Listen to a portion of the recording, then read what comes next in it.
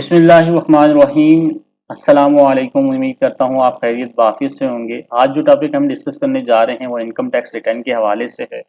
और income tax के अंदर आज हम सैलरी पर्सन का रिटर्न देखने जा रहे हैं। और सैलरी पर्सन के अंदर भी अगर किसी सैलरी पर्सन ने डिफरेंट इन्वेस्टमेंट की हुई है, जैसे नेशनल सेविंग्स के अंदर, बैंकिंग चैनल के अंदर कोई इन्वेस्टमेंट्स की हुई है, और इसके अलावा कोई इंश्योरेंस ली हुई है, तो सारी चीज़ों को आज के टॉपिक में हम डिस्कस करेंगे। तो चलें स्टार्ट करते हैं अपने लेक्चर को।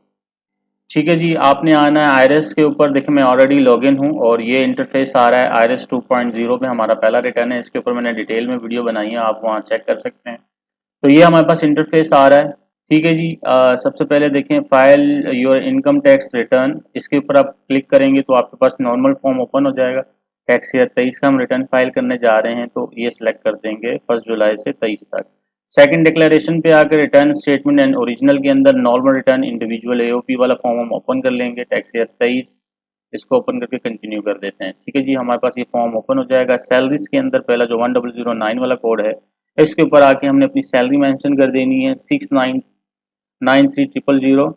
और एग्जाम्प्टेड अमाउंट हमने सेकंड वाले कॉलम में एग्जाम मेंशन करनी है, और इसको कैलकुलेट कर देंगे हम। ठीक है, ये हमने कैलकुलेट कर ली। टोटल 646805 की हमारी नॉर्मल आ गई, नॉर्मल इनकम आ गई। ठीक है जी, तो उसके बाद हमने आना है टैक्स चार्जेबिलिटी के ऊपर। और सब पहले आ जाते हैं हम कंप्यूटेशंस के ऊपर, ताकि टैक्स चेक कर लेते हैं कितना टैक्स बना। 1170 रुपये हमारा 6,46,000 के ऊपर हमारा जो टैक्स बना है वो 1170 रुपये बना है। ठीक है, फाइनल एंड फिक्स के ऊपर आना है।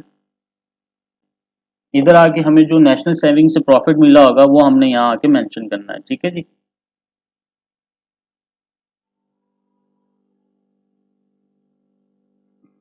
Profit on web 7B amount not exceed 5 million. ठीक है, यहाँ पे क्लिक कर देंगे, इधर लिख देंगे नेशनल सेविंग, नेशनल, और नीचे हम सेविंग लिख देंगे और उसको सबमिट कर देते हैं। ठीक है, यहाँ पे आपने टैक्सेबल वैल्यू लिखनी है। अमाउंट टैक्स कटने के बाद जो मिलती है वो नहीं टैक्सेबल, यानी कि टैक्स के साथ वाली वैल्यू यहाँ आएगी, ग्रॉस अमाउंट आएगी सीधे अल्फाजों में। 327822 की अमाउंट है, और टोटल जो हमें प्रॉफिट मिला था इस साल 491082।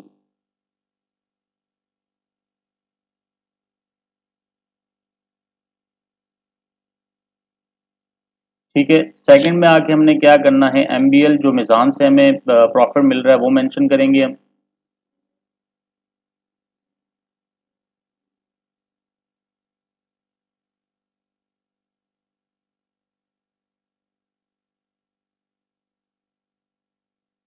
उसको भी सबमिट कर देते हैं, और यहाँ पे अमाउंट मेंशन कर देते हैं 5914, और जो टैक्स डिडक्ट हुआ है इसके ऊपर वो मेंशन कर देंगे 887। ठीक है, इसको कैलकुलेट कर लेते हैं। इसके बाद जी हम आ जाते हैं कंप्यूटेशन के ऊपर। और विद होल्डिंग जो है कंप्यूटेशन पे आने के बाद सबसे पहले चेक कर लेते हैं हमारा टैक्स कितना बनता है टोटल। और फाइनल एंड फिक्स के ऊपर जो हमारा टैक्स बन रहा है वो 50,000 50069 का है। और डिडक्शन कितनी होगी, हमने जो विद होल्डिंग डिक्लेयर की है 491, और रिफंड ये जी अमाउंट हमने कहीं गलत मेंशन कर दी है। फाइनल एंड फिक्स के अंदर इसको सेट करना होगा। फाइनल एंड फिक्स के अंदर हमें जाना होगा। ठीक है, ये देखें 491, यहाँ पे ये अमाउंट हमने नेशनल सेविंग की जो अमाउंट थी टैक्स की वो हमने गलत मेंशन कर दी। तो ये चेंज कर लेते हैं दोबारा से।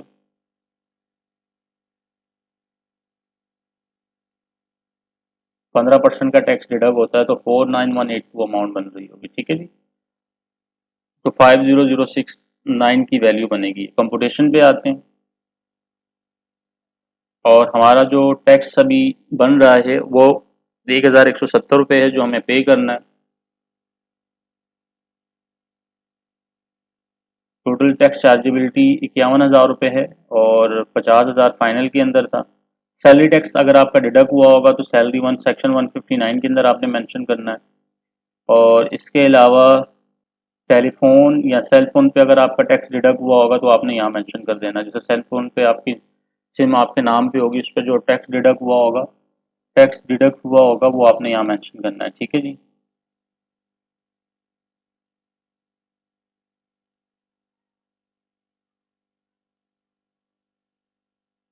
यहाँ पे जो आपने बैलेंस करवाया होगा पूरे टैक्स उसके अंदर सर्टिफिकेट के ऊपर मेंशन हुआ होगा, वो आपने यहाँ लिख देना और टैक्स की वैल्यू साथ वाले कॉलम में लिखनी है। ठीक है,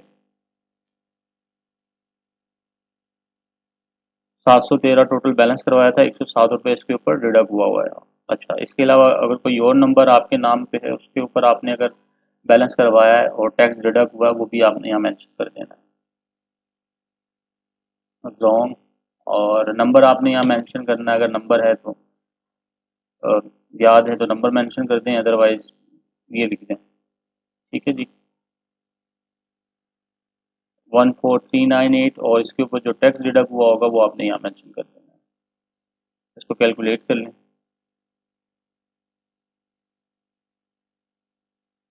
ठीक है जी,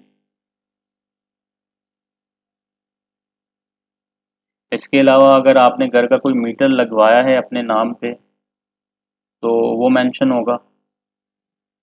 जी, electricity bill of commercial meters, इधर आके अगर इसके ऊपर आपका टैक्स डिडक्ट हुआ होगा तो आपने यहाँ मेंशन कर देना। ठीक है, अगर मीटर नया लगवाया होगा तो उस पर फर्स्ट टाइम यानी कि टैक्स डिडक्ट होता है, वो यहाँ मेंशन हो जाएगा।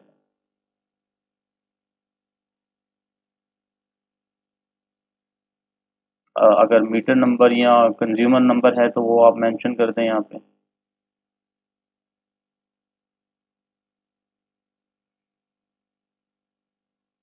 ये 3 मीटर लगवाए हैं, उसके साथ ही यानी कि पूरा अमाउंट इधर ही मेंशन कर रहे हैं हम एक साथ। ठीक है जी, आप अलग अलग भी मेंशन कर सकते हैं, एक साथ भी कर सकते हैं, लेकिन कंज्यूमर नंबर लिखना जरूरी है। ठीक है,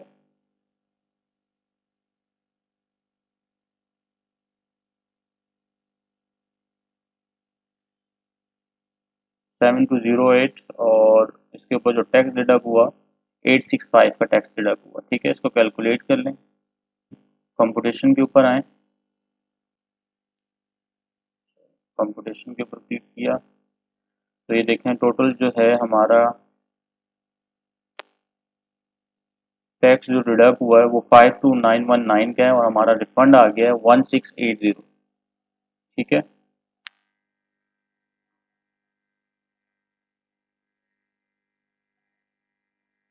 अब आ जाते हैं वेल्थ स्टेटमेंट के ऊपर, पर्सनल एक्सपेंस के ऊपर आ जाते हैं।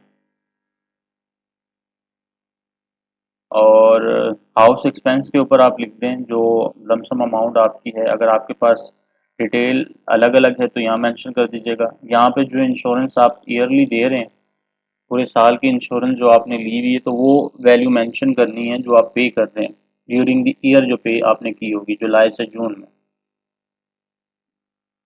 तो जितनी भी अमाउंट बनती है, 2 इंश्योरेंस है 3 उनको क्लब करके यहाँ मेंशन कर दें। तो हाँ, ये बन रही है 62 इंश्योरेंस है, 61903 की अमाउंट बन रही है। ठीक है, और बाकी जो आपके घर के एक्सपेंस में हमें अलग अलग, अगर आपके पास डिटेल बनी है तो अलग अलग मेंशन कर दें, अदरवाइज इस तरह मेंशन कर दें। ठीक है जी,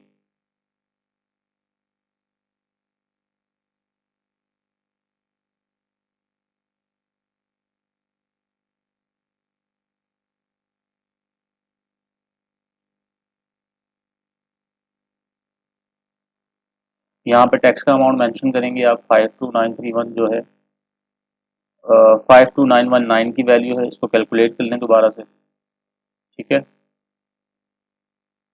और पर्सनल एक्सपेंस जो है वो है 544 और इसको कैलकुलेट करते हैं। ठीक है, टोटल जो है हमारा पर्सनल एक्सपेंस 659266 की वैल्यू आ गई। उसके बाद आ जाए जी पर्सनल एसेट्स के ऊपर। तो बैंक के बैलेंस चेंज हुए होंगे, आपने ये चेंज करने सबसे पहले। तो यहाँ पे आके हमने क्या करना है जी, बैंक के जो बैलेंसेस हैं उनको चेंज करना है। 30 जून 2023 के अंदर जो बैलेंसेस होंगे वो आपने मेंशन कर देना है। तो सबसे पहले हम मिज़ान का बैंक बैलेंस जो है वो चेंज करते हैं। ठीक है, उसके बाद बैंक अल हबीब का चेंज करेंगे। आपके जितने भी बैंक होंगे आपने मेंशन करने हैं, अगर कोई नया बैंक आपने ऐड किया है तो वो भी आपने इधर ऐड करना होगा। ठीक है, अगर ओपन करवाया है तो। इसके अलावा जी जुबली इंश्योरेंस और स्टेट लाइफ वगैरह की कोई इंश्योरेंस है, उसकी जो आपने पैसे इस साल जमा करवाए हैं वो भी आपने यहाँ मेंशन करना है।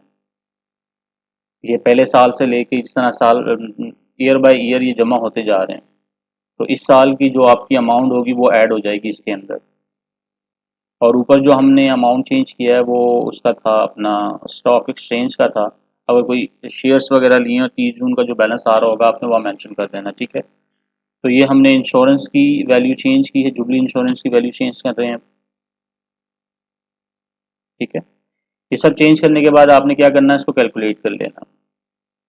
नेशनल सेविंग का जो आपका 30 जून 2023 के अंदर बैलेंस होगा वो भी अपडेट कर देंगे यहाँ पे आप, ठीक है। ये हमने अपडेट कर दिया सारा, ये कैलकुलेट कर लिया हमने। और कैश के अंदर अगर कोई चेंज आया है तो कैश के अंदर अमाउंट वो मेंशन कर देंगे आप, 30 जून के अंदर जो आपके पास कैश अवेलेबल होगा, ठीक है जी। इसके बाद रिकन्सिलेशन ऑफ नेक्स्ट एसेट्स के ऊपर आ जाते हैं। और income declare as per the return of the year the subject to normal tax, ठीक है। जो नॉर्मल टैक्स की वैल्यू है वो आपने यहाँ मेंशन करनी है। टैक्स चार्जेबिलिटी के ऊपर आए, कंपुटेशन के ऊपर आए तो ये देखें 464 की वैल्यू है, सॉरी 646805 की वैल्यू जो आपने यहाँ मेंशन करनी है, ठीक है जी। और उसके बाद जो सेकंड वैल्यू है वो है जो एग्जम्प्टेड अमाउंट था वो आपने मेंशन करना है, वो कितना था 46195 है, इसको कॉपी कर लें।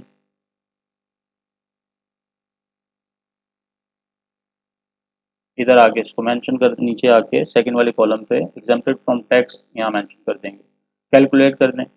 और फाइनल एंड फिक्स के अंदर आके इसकी वैल्यू यहाँ से हम ले लेंगे 333,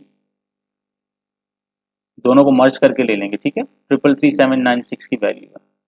तो वेल्थ स्टेटमेंट में दोबारा आते हैं और रिकन्सिलेशन ऑफ नेट एसेट्स के ऊपर आते हैं और फाइनल के अंदर आके हम इसको मेंशन कर देते हैं, ठीक है। कैलकुलेट कर लें, ठीक है जी।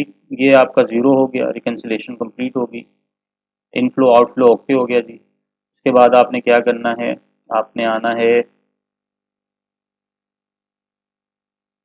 सेव कर लें इसको। ये हमने सेव कर लिया। फिर आए एट्रीब्यूट के ऊपर और यहाँ पे आके आपने क्या करना है, रेसिडेंस स्टेटस के ऊपर आपने रेसिडेंट क्लिक कर देना। अगर नॉन रेसिडेंट है तो नॉन रेसिडेंट क्लिक कर दीजिएगा, ठीक है जी।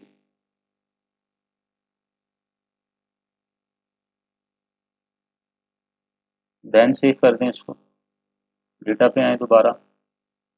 ये करने के बाद आपने सेव करने के बाद क्या करना है, सेव, देन इसको सबमिट करेंगे तो आपसे पिन मांगेगा, पिन मेंशन कीजिएगा। पिन मेंशन करने के बाद आपका रिटर्न सबमिट हो जाएगा। रिटर्न सबमिट करने से पहले एक नज़र इसको देख लीजिएगा, रीचेक करने के बाद इसको फिर सबमिट कर दीजिएगा। और इस टॉपिक के हवाले से कोई भी क्वेश्चन या क्यूरी है आप मुझे कमेंट सेक्शन में पूछ सकते हैं। अपनी दुआओं में याद रखिएगा। अल्लाह हाफिज़।